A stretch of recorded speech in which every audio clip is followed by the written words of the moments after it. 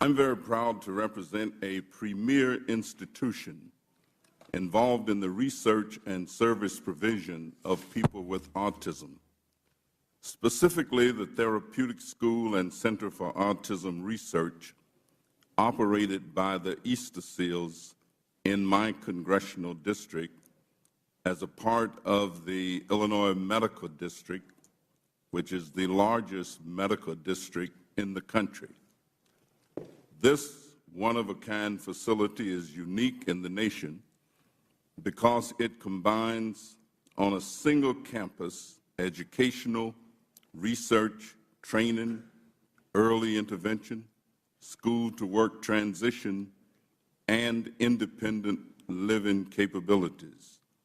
The continuum of services for persons with autism is impressive and will help advance a research-driven context for teaching, learning, and clinical and medical interventions related to autism.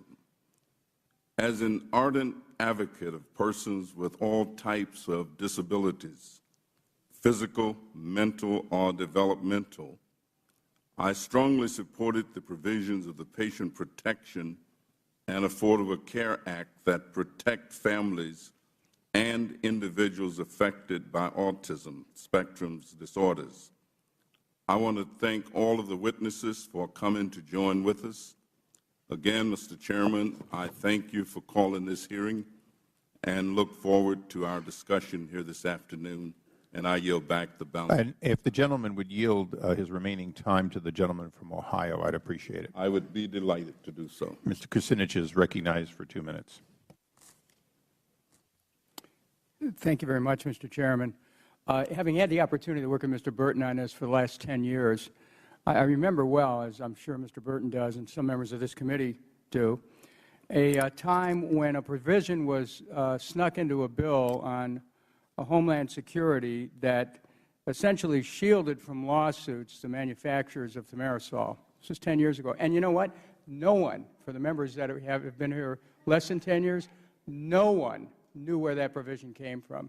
It came out of nowhere and ended up getting buried in a conference report, and of course it passed. And you know, I mention this because it's not as though we just discovered this matter, and well, I salute the chair for holding this hearing. We didn't just discover this. And my own theory is, well, there's studies that are out there that are implicating environmental factors in autism. Think about this for a minute. We know, as Mr. Burton laid out, the component of thimerosal, one of the components supposedly to stabilize it, is mercury. Well, we all know that mercury is more than a contaminant. It's an environmental toxin. But it doesn't only exist in liquid form. It's, you know, mercury can also be inhaled. And I would guess, and this is just my theory, that we're not only talking about drug manufacturers, we might be talking about coal companies too. You know, we have to be aware. There are reasons why this Congress and this government has not effectively addressed this issue. And when you had Lilly and others, Eli Lilly and others, contributing millions of dollars to try to affect the outcome of elections, you know, I will tell you, well, I salute this chair for taking us on, because at the bottom of this, you have special interest groups who would resist any deeper research on it because it's going to affect their bottom line. Meanwhile, you have children all over the country turning up with autism. So this is a new beginning. I salute the chair for making it, but this goes way beyond thimerosal, and you could start thinking about coal. Thank you. I thank the gentleman on all sides. I now ask unanimous consent that our colleague from New Jersey, Mr. Smith, be allowed to participate in today's hearing. Without objection, so ordered, and I will announce that if any individuals would like to be in a little more comfortable situation, we do have an overflow room, and if they would just let our staff know, they'd make sure that if they gave up their seat here, that they would be able to be in the overflow room. It may be more comfortable for some of our guests. I now turn to our first panel. Distinguished Dr. Alan Guttmacher is Director of the Eunice Shriver National Institute of Child Health and Human Development at the National Institutes of Health, and I actually knew the namesake of your organization during her time. And Dr. Colleen Boyle is Director of the National Center of Birth Defects and Developmental Disabilities at the CDC. And with that, pursuant to the requirements and rules of this committee, would you please rise to take the oath? And raise your right hands. Do you both solemnly swear or affirm that the testimony you are about to give will be the truth, the whole truth, and nothing but the truth? Thanks. Please be seated and let the record indicate both witnesses answered in the affirmative. You are important witnesses, and we will not stop you if you go slightly over 5 minutes. But we do have a large second panel, and I would ask that you bear in mind that all of your opening statements and additional extraneous material you may choose to submit to us will be placed in the record. So if you abbreviate or go off message, it doesn't change the official record for you. And with that, Dr. Guttmacher, you're recognized. Thank you, Mr. Chairman. I'm also a pediatrician and medical geneticist and a member of the Interagency Autism Coordinating Committee, or IACC, reauthorized most recently by the Combating Autism Reauthorization Act of 2011. Let me thank the Congress for its continued support of research and other activities regarding autism spectrum disorders.